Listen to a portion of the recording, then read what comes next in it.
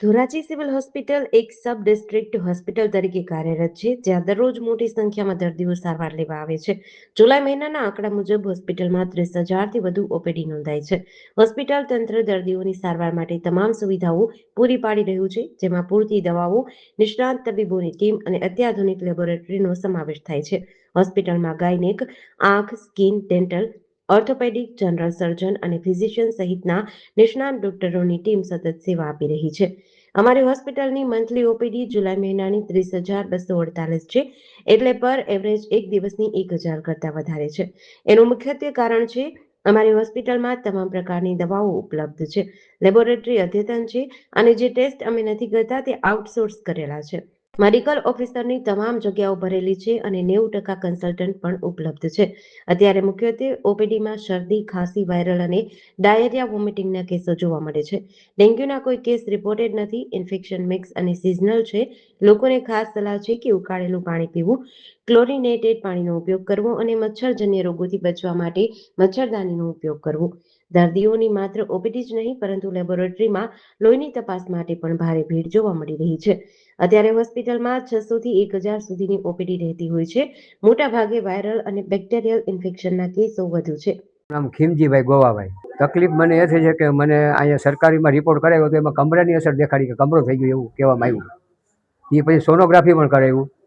આજે ત્રીજો દિવસ છે અહીં જમા છો દાખલ છો. તકલીફમાં પેટમાં દુખે અને આ બધા કમરાની અસર એ બે છે. ખાવું નથી ભાવતું. હા, ફર્સ્ટ ક્લાસ સેવા આપે, સારામાં સારી.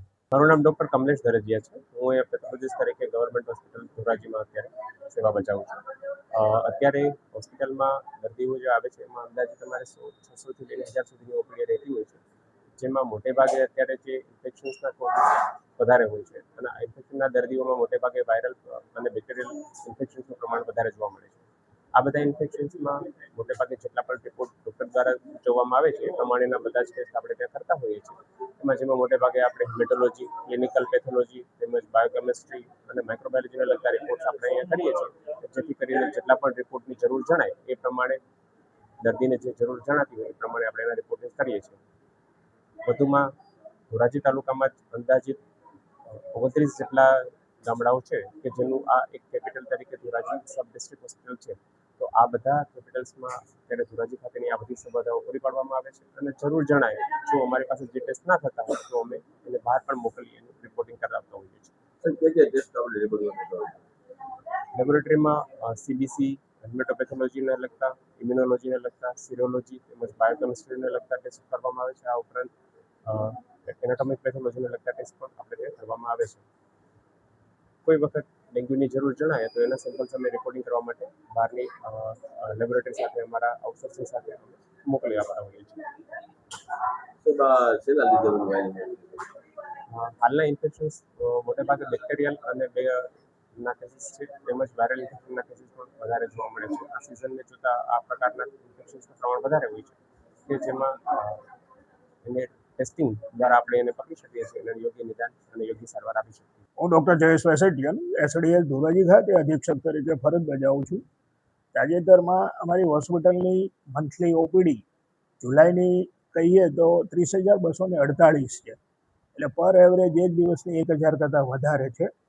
એનું મુખ્યત્વે કારણ કે અમારી હોસ્પિટલમાં તમામ પ્રકારની દવા ઉપલબ્ધ છે, લેબોરેટરી અમારી અદ્યતન છે અને જે લેબોરેટરીમાં અમે ટેસ્ટ નથી કરતા એ અમે આઉટસોર્સ કરેલા છે. બીજું કે મેડિકલ ઓફિસરની અમારી તમામ જગ્યાઓ ભરાયેલી છે, તેમજ કન્સલ્ટન્ટ 90%. એમાં ખાસ તો ગાયનેક છે, આંખનો વિભાગ છે, સ્કિન છે, ડેન્ટલ છે, ઓર્થોપેડિક છે, જનરલ સર્જન છે, ફિઝિશિયન છે અને બહુ સારી રીતે સેવા આપતા હોય લોકો કન્સલ્ટન્ટ સર્વિસનો પણ સારો એવો લાભ લે છે.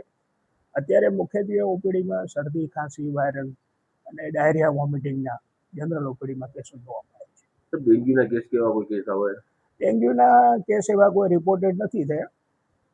તો આ ઇન્ફેક્શન છે, વાયરલ ઇન્ફેક્શન એ શબ્દ થઈ ગયો. ઇન્ફેક્શન યુઝ્યુઅલી મિક્સ ઇન્ફેક્શન ને સિઝનલ છે.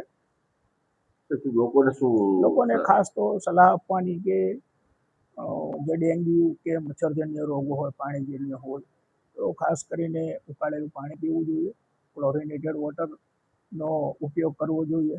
તેમજ મચ્છરની પ્રતિરોધક ખાસ કરીને એમાં મચ્છરજન્ય મચ્છરદાની છે અને કોઈ પણ પ્રકારની પરિસ્થિતિ હોય તો અમારી હોસ્પિટલ ખાતે 24/7 અમારી ઓપીડી અને ઇમરજન્સી પણ ચાલુ જ હોય છે.